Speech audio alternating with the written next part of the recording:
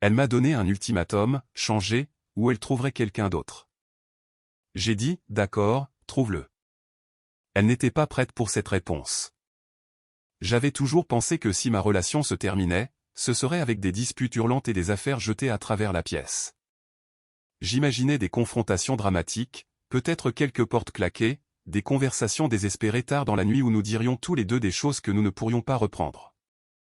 Je m'imaginais des pleurs, des supplications, des gestes romantiques de la dernière chance, tous les clichés que l'on voit dans les films sur l'amour qui s'effondre. Mais lorsque Chloé s'est assise en face de moi dans notre appartement de Rittenhouse Square, ce dimanche matin de fin septembre, et qu'elle a lancé nonchalamment un ultimatum qui allait tout changer, quelque chose en moi a simplement eu un déclic. Elle n'a même pas levé les yeux de son téléphone en le disant. Je préparais du pain perdu, la routine du dimanche que nous avions établie au cours de nos 3,5 ans de vie commune. L'odeur de cannelle et de vanille emplissait notre cuisine, le café infusait dans un coin, la lumière du soleil filtrait à travers les hautes fenêtres qui donnaient sur la cour en contrebas. Dehors, j'entendais les cloches de l'église Saint-Patrick à quelques pâtés de maison. C'était censé être paisible, normal, un de ces dimanches matins paresseux où le temps s'écoule lentement et où tout semble sûr. J'aurais dû me méfier. Rien n'avait semblé vraiment sûr entre nous depuis des mois. Je pensais à nous, a dit Chloé, toujours en train de faire défiler Instagram.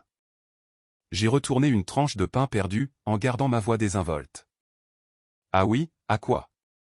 Elle a finalement levé les yeux et il y avait quelque chose de calculé dans son expression, quelque chose de répété. Tu dois être plus aventureux, plus spontané, comme Preston du travail. Il vient d'acheter une moto et a prévu un voyage en Islande la semaine prochaine. Tu ne ferais jamais quelque chose comme ça. J'ai posé la spatule, me tournant pour lui faire face. Qu'est-ce que tu veux dire? Je veux dire que j'ai besoin que tu sois différent, plus excitant, moins prévisible. Elle a soutenu mon regard, attendant une réaction. Ou peut-être que j'ai besoin de trouver quelqu'un qui l'est déjà. C'est là que c'est arrivé. Le moment de perspective absolue. C'était comme si quelqu'un avait allumé la lumière dans une pièce où je tâtonnais depuis des mois. Je pouvais voir exactement ce que c'était. Un jeu de pouvoir, une tactique de manipulation conçue pour me faire paniquer et me démener pour faire mes preuves. Elle s'attendait à ce que je commence immédiatement à planifier des surprises élaborées, à promettre d'être différent, peut-être même à me défendre sur toutes les façons dont j'étais déjà spontané. C'était un scénario qu'elle avait écrit dans sa tête, et mon rôle était de jouer le petit ami désespéré qui essaie de la garder. Je pouvais voir tout le jeu étalé devant moi. Si je la suppliais, elle se sentirait puissante. Si je promettais de changer, elle aurait le contrôle. Si je me mettais en colère, elle aurait la confirmation que j'étais le problème. Chaque réponse que je pouvais lui donner ferait son jeu, lui permettrait de maintenir le récit qu'elle construisait depuis des mois, sauf une. J'ai éteint la cuisinière et posé la spatule. Ma voix est sortie complètement neutre, presque professionnelle. D'accord. Les sourcils de Chloé se sont haussés. D'accord, quoi? D'accord, tu devrais trouver quelqu'un qui l'est déjà. Elle a ri, mais c'était un rire nerveux, incertain. Attends, quoi? Je ne dis pas que je veux rompre. Je dis juste tu viens de me donner un ultimatum, les jeux interrompus doucement. Changer qui je suis ou tu partiras. Je choisis l'option 3. Tu peux partir maintenant. La couleur a quitté son visage. Ce n'était clairement pas le scénario. Derek, parlons-en. Je suis juste honnête sur ce dont j'ai besoin. Et je suis honnête sur ce dont j'ai besoin. Je ne change pas sous la menace. Le silence qui a suivi était lourd, épais de choc. Je l'ai regardé assimiler ce qui se passait. J'ai vu le moment exact où elle a réalisé que j'étais sérieux. Elle s'attendait à la panique. Elle s'attendait à des promesses. Elle s'attendait au contrôle. Au lieu de cela, je lui tendais exactement ce qu'elle avait demandé. La porte. Tu es ridicule, a-t-elle dit en se levant. Sa voix avait maintenant une certaine aigreur. C'est exactement de ça que je parle. Tu te renfermes au lieu de te battre pour nous. Je suis passé devant elle pour aller dans la chambre et j'ai ouvert mon ordinateur portable. En quelques minutes, j'avais créé une feuille de calcul Google partagée. Meubles, achats communs, compte bancaire, détails du bail. J'ai ajouté des colonnes méthodiquement, de la même manière que j'abordais les conceptions architecturales au travail. C'est de la folie, a dit Chloé depuis l'embrasure de la porte. Nous ne sommes pas vraiment en train de rompre. J'ai continué à taper, ajoutant des lignes pour le canapé que nous avions acheté ensemble, la table de la cuisine, la télévision. Tu as raison. C'est toi qui romps avec moi. Je rends juste les choses efficaces. Elle m'a regardé travailler pendant une minute entière, son expression passant de l'incrédulité à la colère, puis à quelque chose comme de la panique. Alors c'est tout. Après une seule conversation. J'ai levé les yeux, la regardant droit dans les yeux. Non, après que tu m'aies menacé de partir si je ne devenais pas quelqu'un d'autre. Je te prends juste au sérieux. Très bien, a-t-elle lancé sèchement, attrapant ses clés sur la commode. Si tu te comportes comme ça, je vais rester chez ma cousine. On parlera quand tu te seras calmé. Je suis calme. Prends tout le temps dont tu as besoin. J'aurai terminé la feuille de calcul d'ici ce soir. Elle est partie. La porte n'a pas claqué. Elle s'est refermée avec un clic silencieux qui, d'une manière ou d'une autre, semblait plus définitif que n'importe quelle sortie dramatique aurait pu l'être. Je suis resté assis dans le silence soudain de notre appartement, attendant que la vague d'émotions me frappe. Le chagrin, le regret, l'envie désespérée de la rappeler. Elle n'est jamais venue. Au lieu de cela, j'ai ressenti quelque chose que je n'avais pas ressenti depuis des mois. Le soulagement. Comme si un poids que je portais depuis si longtemps que j'avais oublié qu'il était là s'était soudainement levé. J'ai pris une profonde inspiration, et c'était plus facile que de respirer ne l'avait été depuis longtemps. J'ai regardé autour de moi dans l'appartement, la vie que nous avions construite ensemble, et j'ai réalisé que je m'étais tellement rapetissé que j'avais presque entièrement disparu. Le pain perdu était froid maintenant, oublié sur la cuisinière. Je l'ai jeté et je me suis fait un café frais. Je me suis assis près de la fenêtre et j'ai simplement respiré. Pas de nœud dans l'estomac, pas d'oppression dans la poitrine, pas de voix dans ma tête me disant que je devais être meilleur, en faire plus, essayer plus fort, juste le calme, juste la paix. Ce soir-là, j'ai envoyé la feuille de calcul. L'objet de l'email était « Division des biens, veuillez examiner ».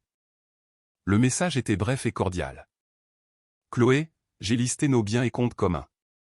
S'il te plaît, examine et fais-moi savoir si j'ai oublié quelque chose. Tu as mentionné vouloir récupérer tes affaires. Est-ce que samedi prochain conviendrait? Prends soin de toi, Derek. Aucune émotion, juste de la logistique. Sa réponse est arrivée 1 heure plus tard. C'est puéril. Appelle-moi quand tu seras prêt à vraiment parler. Je l'ai lu. Je n'ai pas appelé. Au cours des 6 jours suivants, les SMS ont continué d'arriver. Lundi matin, Derek, sérieusement, tu ne vas vraiment pas répondre? Je l'ai lu. Je n'ai pas répondu. Mardi, j'ai parlé à Kazay. Elle pense que tu es manipulateur en gardant le silence. Mercredi soir, d'accord, j'ai compris. Tu es contrarié. Pouvons-nous s'il te plaît avoir une vraie conversation? Jeudi, tu me manques. Je ne le pensais pas comme ça à sonner. Vendredi après-midi, ce traitement par le silence est cruel. Dis-moi au moins que tu vas bien. Samedi matin, très bien. Je viendrai chercher mes affaires samedi. C'est exactement pour ça que nous avions des problèmes. Tu te renfermes. J'ai lu chaque message. Je n'ai simplement pas répondu. Il ne s'agissait pas de la punir ou de jouer à des jeux. Je n'avais sincèrement rien à dire. Elle avait fait son choix en posant cet ultimatum, et j'avais fait le mien en l'acceptant. À quoi servirait plus de mots? Cette semaine-là, j'ai fait quelque chose que je n'avais pas fait depuis des mois.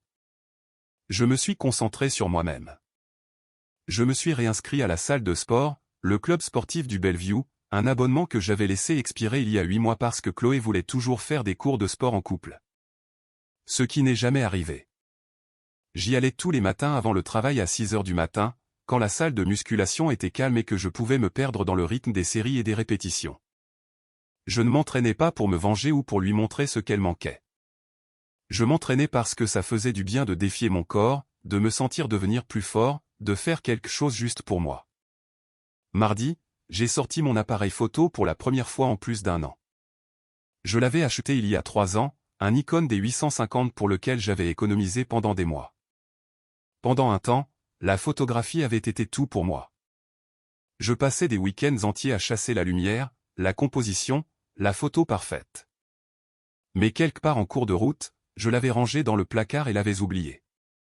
J'ai parcouru le sentier de la rivière Schuylkill au coucher du soleil, l'appareil photo semblant à la fois étranger et familier dans mes mains. La lumière d'automne était parfaite, dorée et chaude, projetant de longues ombres sur l'eau. J'ai photographié des joggeurs, des cyclistes, les hangars à bateaux le long de la rivière, la façon dont les ponts encadraient la ligne d'horizon. Je suis resté dehors jusqu'à ce que le soleil disparaisse complètement et que les lumières de la ville s'allument, et je n'ai pas pensé une seule fois à Chloé. J'étais trop occupé à me souvenir de ce que c'était que de créer quelque chose. J'ai appelé de vieux amis de peine et j'ai pris des dispositions pour vraiment les voir. Je suis resté tard au travail sur un projet qui me passionnait, la rénovation d'un centre communautaire à Fishtown, non pas parce que j'évitais la maison, mais parce que j'avais enfin l'énergie de me soucier à nouveau de ma carrière. Au moment où samedi est arrivé, j'ai réalisé quelque chose de profond. Elle ne me manquait pas. L'idée d'elle me manquait, la version d'elle d'il y a 2 ou 3 ans qui riait de mes blagues, me tenait la main en public et me donnait l'impression d'être assez. Mais cette personne était partie depuis longtemps, et j'avais eu trop peur de l'admettre. Chloé est arrivée à 15h avec sa cousine Kazé. J'avais tout emballé proprement, des boîtes étiquetées empilées près de la porte. L'appartement avait déjà l'air différent. J'avais réarrangé les meubles, accroché certaines de mes photos au mur, ajouté des plantes sur les rebords de fenêtres. Son absence était déjà intégrée à l'espace. « Salut », a dit Chloé, essayant d'être chaleureuse. « Merci d'avoir tout emballé. »« Pas de problème », ai-je répondu. Poli mais distant. « Tout devrait être là. Tu peux vérifier par rapport à la liste. » Elle a regardé autour d'elle et j'ai vu quelque chose vaciller sur son visage. La surprise, peut-être. Ou le début du regret. L'endroit a déjà l'air différent. Oui, un nouveau départ. Comment vas-tu? A-t-elle demandé, essayant de créer une ouverture à la conversation. Nous n'avons pas parlé. Bien. Occupé par le travail et le retour à la salle de sport, c'est ça? Il y avait une pointe d'agacement dans sa voix. Le traitement par le silence. J'ai gardé mon ton, même, factuel. Pas un traitement par le silence. Juste plus rien à dire. Tout ce qui était important était dans la feuille de calcul. Kazé s'est avancé, les bras croisés. Derek, Chloé m'a dit que tu avais pratiquement coupé toute communication. Ne penses-tu pas que c'est un peu extrême? Je me suis tourné vers Kazé, gardant ma voix polie mais ferme. J'ai pris l'ultimatum de Chloé au sérieux. Elle voulait du changement ou quelqu'un d'autre. Je lui ai donné la liberté de trouver cela. À quoi aurait servi une conversation supplémentaire? Chloé est intervenue, sur la défensive maintenant. Je n'ai jamais dit que je voulais rompre. Je l'ai regardé directement et pour la première fois, j'ai laissé transparaître une pointe d'émotion, un léger sourire entendu. Tu m'as donné un ultimatum sur le fait de devenir une personne différente où tu trouverais quelqu'un qui t'exciterait. C'est exactement ce que tu as dit. Je nous ai juste fait gagner du temps à tous les deux. J'ai vu quelque chose changer dans son expression, la prise de conscience qu'elle avait perdu le contrôle de ce récit, que sa stratégie s'était complètement retournée contre elle. Je n'étais pas en colère, je n'étais pas triste, j'en avais simplement fini, et il n'y avait rien qu'elle puisse faire à ce sujet. Pouvons-nous peut-être parler? A-t-elle demandé, d'une voix plus douce maintenant, vulnérable. Sans Kazé, juste nous. J'ai vérifié ma montre. J'ai des projets dans 15 minutes. Est-ce que tout est là? Des projets. Sa voix s'est légèrement brisée. Avec qui? Des amis. Une promenade photographique à Fairmount Park. Je l'ai regardé dans les yeux. Chloé, tu voulais de la spontanéité. Il se trouve que j'étais spontané avant. Tu as juste cessé de le remarquer. Elles ont transporté les boîtes jusqu'à sa voiture. Je tenais la porte, poli mais détaché. Chloé s'est attardée sur le seuil, cherchant quelque chose sur mon visage. De la colère, de la tristesse, n'importe quelle émotion avec laquelle elle pourrait travailler. Tu sais quel est ton problème? A-t-elle dit soudainement, la voix sèche. Tu ne t'es jamais battu pour quoi que ce soit. Ni pour nous, ni pour moi. Tu abandonnes, c'est tout. J'ai rencontré son regard calmement. J'ai abandonné. C'est toi qui as posé un ultimatum. C'est toi qui as menacé de trouver quelqu'un d'autre. Ce n'est pas j'essayais de communiquer mes besoins en menaçant de partir. Ce n'est pas de la communication, Chloé. C'est de la manipulation. Son visage s'est empourpré. Et alors? Tu vas juste me laisser partir? Me prouver que je n'ai jamais assez compté pour que tu te battes? Je vais respecter ta décision, ai-je dit d'un ton égal. Tu voulais que cette porte soit ouverte. Je ne vais pas la bloquer juste pour que tu puisses te sentir poursuivi. Tu veux partir, tu es parti. C'est propre et simple. Incroyable, a-t-elle marmonné en attrapant la dernière boîte. Tu vas vraiment rester là à faire comme si tu avais le beau rôle alors que tu n'es qu'un lâche. Si cela t'aide à dormir ce soir, ai-je répondu. Prends soin de toi, Chloé. J'ai fermé la porte doucement mais fermement. À travers le Judas, je l'ai regardé rester là un moment, quasi tirant sur son bras. Puis elles sont parties. Je suis allé à Fairmount Park. J'ai pris des photos des feuilles d'automne, des vieilles demeures, de la façon dont les ombres s'étiraient sur les pelouses.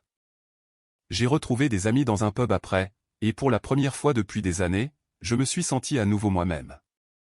Les semaines suivantes, j'ai complètement disparu des réseaux sociaux. Non pas parce que j'étais blessé ou que je me cachais, mais parce que j'avais besoin d'espace pour me reconstruire sans public. J'ai désactivé Instagram et Facebook, ne gardant que LinkedIn à des fins professionnelles. Je n'ai pas bloqué Chloé. Je me suis simplement retiré de l'équation. Ce que je ne savais pas, c'est que ce silence, cette absence complète, la rendait folle d'une manière que ma colère n'aurait jamais pu le faire. J'ai appris plus tard par des amis communs qu'elle avait passé ses premières semaines à vérifier obsessionnellement le moindre signe de moi en ligne. Elle appelait des gens pour leur demander s'ils avaient de mes nouvelles, s'ils savaient comment j'allais. Ils lui disaient que j'avais l'air en pleine forme, mieux que je ne l'avais été depuis un moment, et elle devenait silencieuse. Mais je ne pensais pas à Chloé.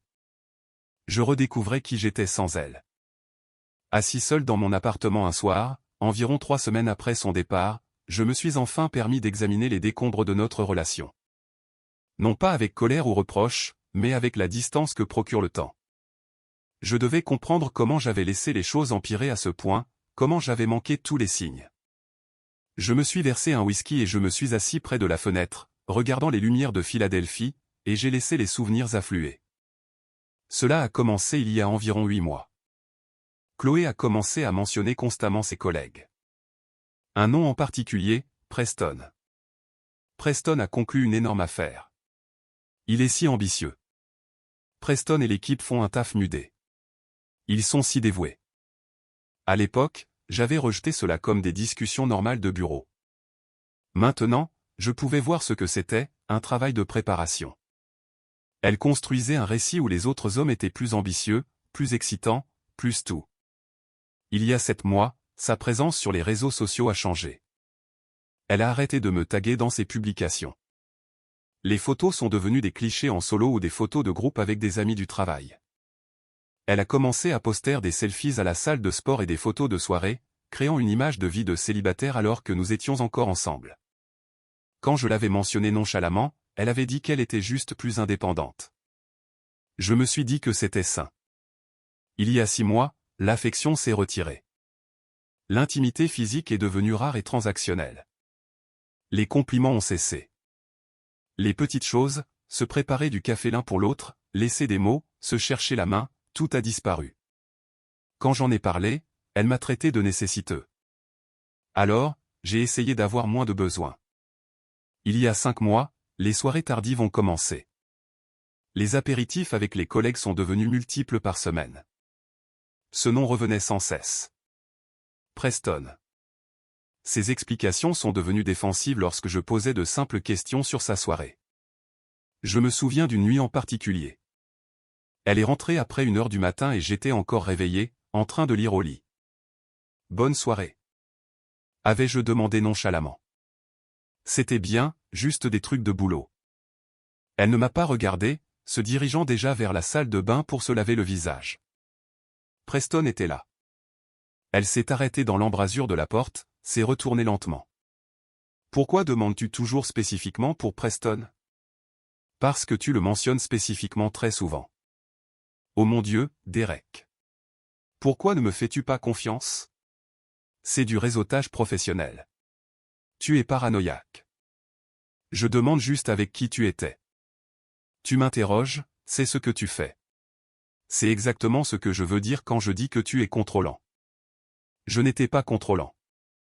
Je la regardais s'éloigner et je demandais pourquoi, mais elle avait retourné la situation, faisant de moi le problème. Alors, j'avais pris mes distances, ne voulant pas passer pour le petit ami jaloux qu'elle dépeignait. Il y a 4 mois, le futur a disparu de son vocabulaire. Quand j'ai mentionné la planification de vacances d'été, elle était évasive. Quand j'ai suggéré de chercher ensemble des appartements plus grands, elle a dit « Ne nous pressons pas ». Toute conversation sur des projets à long terme déclenchait de l'irritation. Je lui avais donné de l'espace pour respirer. Il y a 3 mois, tout ce que je faisais était mal.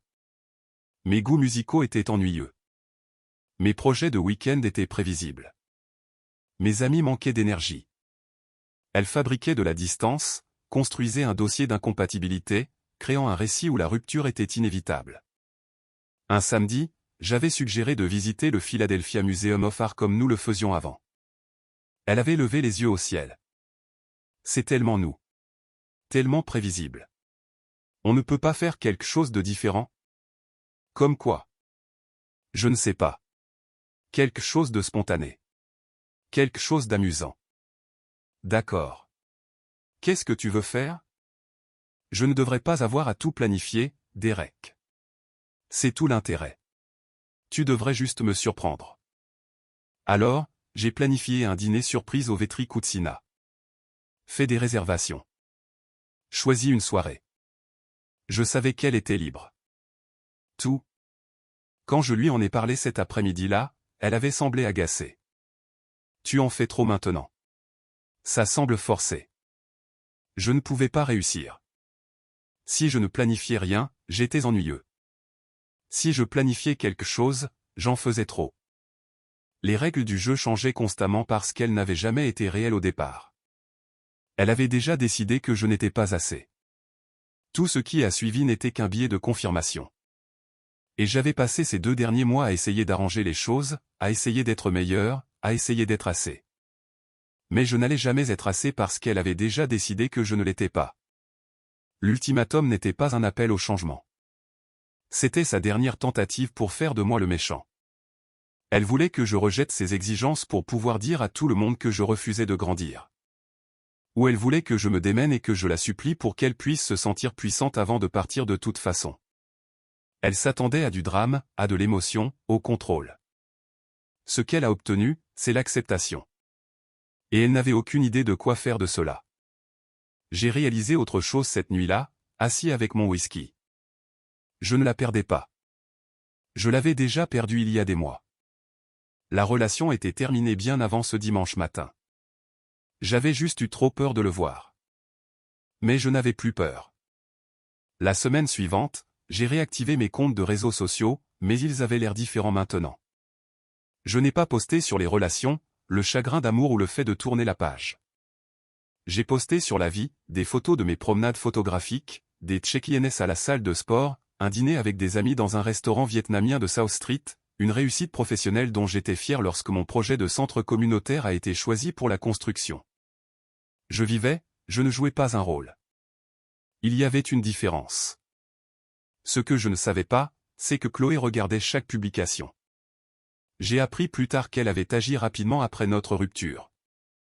Dans les 2 semaines suivant la collecte de ses affaires, elle publiait des photos avec Preston, dîner aux Zahaves, week-end à New York.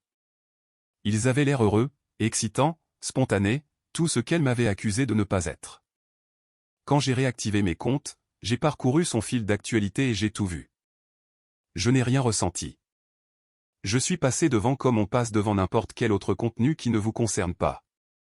Mais Chloé ne pouvait pas s'arrêter de regarder les miens. Des amis m'ont dit qu'elle avait constamment posé des questions sur moi ces premiers mois. Est-ce que je sortais avec quelqu'un? Avais-je l'air contrarié? Est-ce que je parlais d'elle? La réponse était toujours la même. Non, il a l'air en pleine forme en fait. Vraiment heureux. Et cela, j'ai appris, la détruisait plus que n'importe quelle confrontation colérique n'aurait pu le faire. 10 semaines après l'ultimatum, je les ai croisés au Whole Foods de South Street.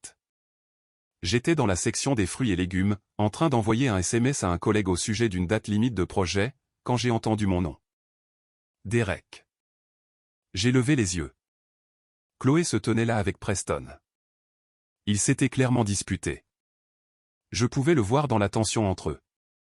La façon dont son attention était sur son téléphone, même pendant qu'elle essayait de discuter avec moi, la tension autour de ses yeux. « Oh, salut » ai-je dit, offrant un bref sourire poli. Preston m'a toisé avec une hostilité à peine dissimulée. « C'est lui ?» Je l'ai complètement ignoré, regardant à nouveau Chloé. « Comment vas-tu ?»« Bien. »« Super. » Elle a fait un geste maladroit vers Preston. « Voici Preston. » Je lui ai fait un signe de tête. « Ravi de vous rencontrer. » Puis je suis retourné choisir des pommes pour une tarte que je prévoyais de faire. « Tu as l'air bien » a dit Chloé rapidement, pas prête à ce que je me désengage. « Différent. » Merci. La vie a été bonne. J'ai continué mes courses, nullement dérangé par la rencontre. Preston a parlé assez fort pour que je l'entende clairement. On peut y aller ? Je dois prendre un appel. J'ai levé les yeux, attrapant l'expression de Chloé. Elle avait l'air embarrassée. Petite. J'ai reconnu ce regard parce que je l'avais porté moi-même vers la fin de notre relation. Le regard de quelqu'un qui essaie de maintenir ensemble quelque chose qui est déjà en train de s'effondrer. Peut-être qu'on pourrait prendre un café un de ces jours, a demandé Chloé, essayant de prolonger l'interaction. Pour prendre des nouvelles ? J'ai fait une pause, j'y ai réfléchi sincèrement un instant, puis j'ai secoué doucement la tête. Je ne pense pas que ce soit une bonne idée, mais j'espère que tu es heureuse. C'est tout ? Sa voix avait maintenant une certaine aigreur. Après 3,5 ans, c'est tout ce que tu as à me dire. Que veux-tu que je dise, Chloé ? Je ne sais pas. Quelque chose. N'importe quoi. Tu me regardes comme si j'étais une étrangère. Nous sommes des étrangers maintenant, ai-je dit simplement. Tu t'en es assuré. Preston a interrompu, impatient. Bébé, sérieusement, j'ai un appel. Elle lui a lancé un regard irrité, puis s'est retournée vers moi. Tu sembles différent. Je suis différent.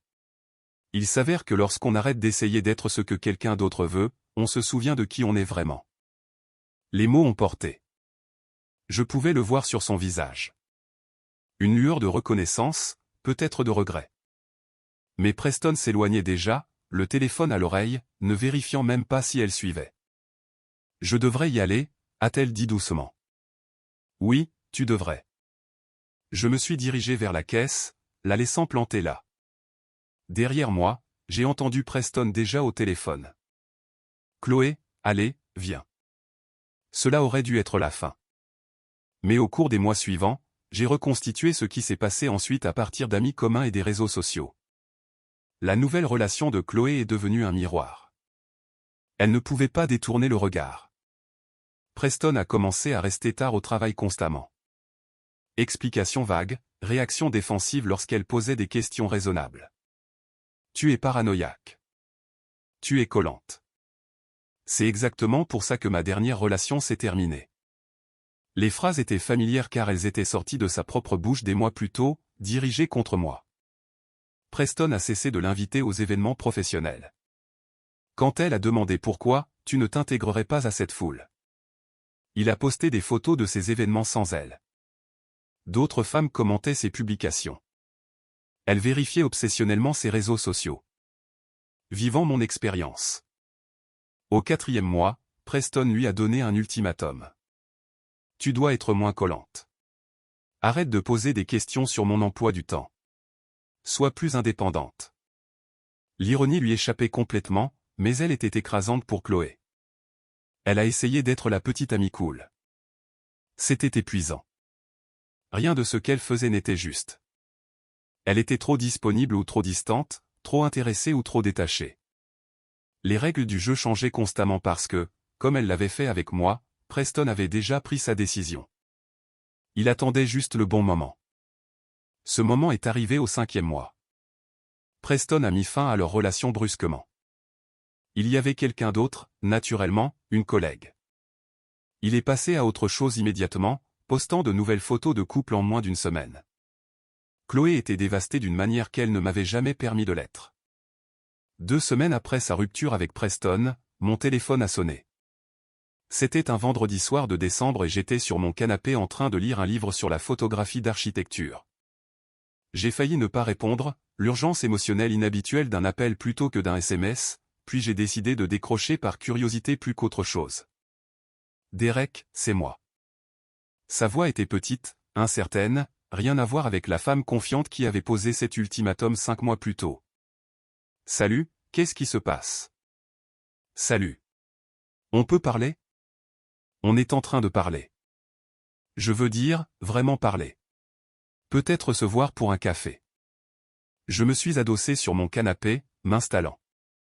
De quoi s'agit-il, Chloé? Son souffle s'est coupé. J'ai fait une erreur. Avec nous, avec tout. D'accord. C'est tout. Juste et d'accord? Que veux-tu que je dise? Elle a expiré, tremblante. J'ai tout vu. Ce que tu faisais, comment tu as tourné la page, et puis moi, Preston et moi avons rompu. Je suis désolé de l'apprendre. Vraiment?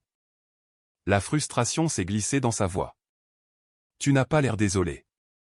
Tu n'as l'air de rien. Je ne sais pas ce que tu attends de cette conversation. Je veux que tu saches que je comprends maintenant. Sa voix s'est brisée. Ce que je t'ai fait, ce que je t'ai fait ressentir. Preston m'a fait la même chose et j'ai enfin vu. Les comparaisons, la distance, il ou elle s'est interrompu. Tout. J'ai laissé le silence s'installer un moment. Ça a dû être difficile. Derek, j'essaie de m'excuser. Je sais. Et je t'entends. Vraiment? Parce que tu as l'air de parler à une étrangère. Chloé, ça fait 5 mois. Nous ne nous sommes pas parlé. Tu as eu une relation complète qui est maintenant terminée. J'ai construit une vie complètement différente. À quoi t'attendais-tu? Je m'attendais, elle a fait une pause. Je ne sais pas. Peut-être qu'on pourrait réessayer maintenant que je comprends ce que j'ai perdu. Non. Le mot est resté en suspens dans l'air. Simple. Final. Juste non. C'est tout? Ce qui s'est passé avec Preston, je suis sincèrement désolé que tu aies traversé ça. Mais que tu comprennes ce que tu m'as fait ne l'annule pas. Et ça ne veut pas dire que nous sommes faits l'un pour l'autre. Mais j'ai changé. J'ai grandi. C'est bien. Vraiment. Mais la croissance n'efface pas les choix. Tu m'as donné un ultimatum parce que tu pensais que je n'étais pas assez. Je t'ai prise au sérieux et j'ai tourné la page. Cette porte s'est fermée le jour où tu es parti. Alors, je suis juste censé accepter ça. Le désespoir colorait chaque mot. Que je t'ai perdu pour toujours à cause d'une seule erreur? Pas une seule erreur, une série de choix sur des mois. L'ultimatum n'était que le dernier. Derek, s'il te plaît. Chloé, voici ce que j'ai appris, les jeux interrompus doucement. On ne peut pas remonter le temps. On ne peut pas dédire les mots. On ne peut pas défaire les choix. Quand tu m'as dit de changer ou tu trouverais quelqu'un d'autre, tu m'as montré ce que tu pensais vraiment de moi. Et je t'ai cru. L'homme à qui tu parles maintenant n'aurait pas existé si tu étais resté. J'avais besoin que tu partes pour pouvoir me retrouver. Alors c'est tout. Elle pleurait, maintenant, tu es mieux sans moi. Nous sommes tous les deux mieux. Tu avais besoin d'apprendre quelque chose que tu ne pouvais pas apprendre avec moi. Et j'avais besoin de reconstruire quelque chose que j'avais laissé se détériorer. Mais maintenant que nous avons tous les deux grandi, nous avons grandi dans des directions différentes. Et ce n'est pas grave. Une longue pause, puis à peine un murmure. Tu me détestes? J'ai considéré la question honnêtement. Non. Je ne pense pas assez à toi pour te détester. J'ai fait une pause, réalisant comment cela sonnait. Ça semble cruel. Ce n'est pas mon intention. Je veux dire, j'ai complètement tourné la page. Tu fais partie de mon passé, et je suis reconnaissant pour ce que j'ai appris, mais c'est là que tu restes. Tu me manques. La version de moi qui t'aurait reprise après cet appel te manque. Cette personne n'existe plus. Je suis désolé pour tout. Je te crois. Et j'espère que tu trouveras ce que tu cherches, mais ce n'est pas avec moi. Y a-t-il quelque chose que je pourrais dire qui te ferait changer d'avis? Non. Même pas sa voix s'est brisée. Même pas si je te disais que je n'ai pas arrêté de penser à toi depuis le jour où je suis parti? Que Preston était une erreur depuis le début? Que je te vois partout où je vais? Surtout pas ça, ai-je dit doucement. Parce que ce n'est pas de l'amour, Chloé. C'est du regret. Il y a une différence. Comment peux-tu être si froid? Je ne suis pas froid. Je suis juste certain. Pour la première fois depuis des années, je comprends exactement ce que je veux et ce que je ne veux pas. Et je ne veux pas être avec quelqu'un qui a eu besoin de me perdre pour m'apprécier. Donc, c'est ta réponse finale. Juste non. C'est ma réponse finale. Le silence qui a suivi a été long. D'accord, a-t-elle dit finalement, je suppose. Prends soin de toi, Derek. Toi aussi, Chloé. Vraiment. Au revoir. J'ai mis fin à l'appel et j'ai posé mon téléphone. Puis j'ai fait quelque chose que j'avais fait après chaque moment important de ce parcours. J'ai vérifié mon état émotionnel, cherché la douleur, le regret, le doute. Il n'y avait rien. Pas de tristesse, pas de triomphe, pas de colère, juste la paix. 2 semaines plus tard, un dimanche matin de début janvier, je me tenais dans ma cuisine en train de faire du pain perdu. La même routine du dimanche, mais maintenant c'était la mienne, seule. La lumière du soleil filtrait à travers les fenêtres. Le café infusait dans le coin, remplissant l'appartement de son arôme familier. Mon téléphone a vibré. Pas Chloé, mais une collègue de travail avec qui je parlais plus dernièrement. Quelqu'un de nouveau avec du potentiel, mais sans pression. J'ai répondu, organisant une promenade photographique plus tard dans l'après-midi. La vie continuait. Chloé était un chapitre qui s'était refermé et je ne ressentais aucun besoin de le relire. Certaines personnes passent leur vie entière à essayer de récupérer ce qu'elles ont jeté. J'ai passé 5 mois à réaliser que je ne l'avais jamais voulu en retour. L'appartement était le mien maintenant, pas le nôtre, le mien. La vie était la mienne. Le futur était le mien. Et pour la première fois depuis des années, je n'avais pas à me rapetisser pour correspondre à l'idée de quelqu'un d'autre sur qui je devais être. Chloé avait voulu de l'excitant. Elle avait voulu du spontané. Ce qu'elle n'avait pas réalisé, c'est que j'avais toujours été ces choses. Elle avait juste cessé de me voir, cessé de m'apprécier, cessé de me choisir, et maintenant quelqu'un d'autre le ferait. J'ai regardé par la fenêtre Philadelphie s'étendre devant moi. Des possibilités infinies dans toutes les directions. J'étais seul, mais pas solitaire, content, et enfin complètement moi-même. L'ultimatum qu'elle avait posé ce dimanche matin était censé lui donner du pouvoir. Au lieu de cela, il m'a donné de la perspective. Elle s'attendait à ce que je me batte pour elle, que je prouve ma valeur, que je devienne quelqu'un de différent juste pour la garder. Ce qu'elle a obtenu, c'est un homme qui connaissait sa valeur et n'avait pas besoin de la prouver. Un homme qui comprenait que la bonne personne ne lui demanderait pas de changer. Un homme qui avait la force de s'éloigner de quelqu'un qui était déjà parti. Elle m'a donné un ultimatum. Changer ou elle trouverait quelqu'un d'autre. J'ai dit, d'accord, trouve-le.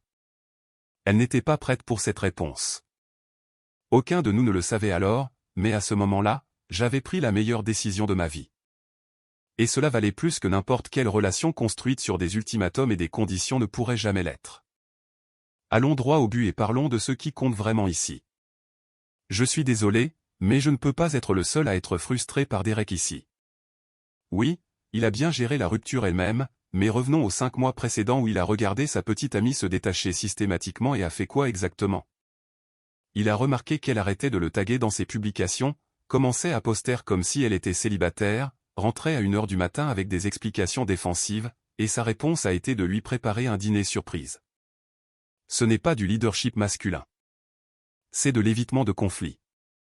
Le vrai comportement masculin ne consiste pas à être agressif. Il s'agit d'avoir assez de cran pour dire « Eh, quelque chose ne va pas ici, et nous allons en parler maintenant ».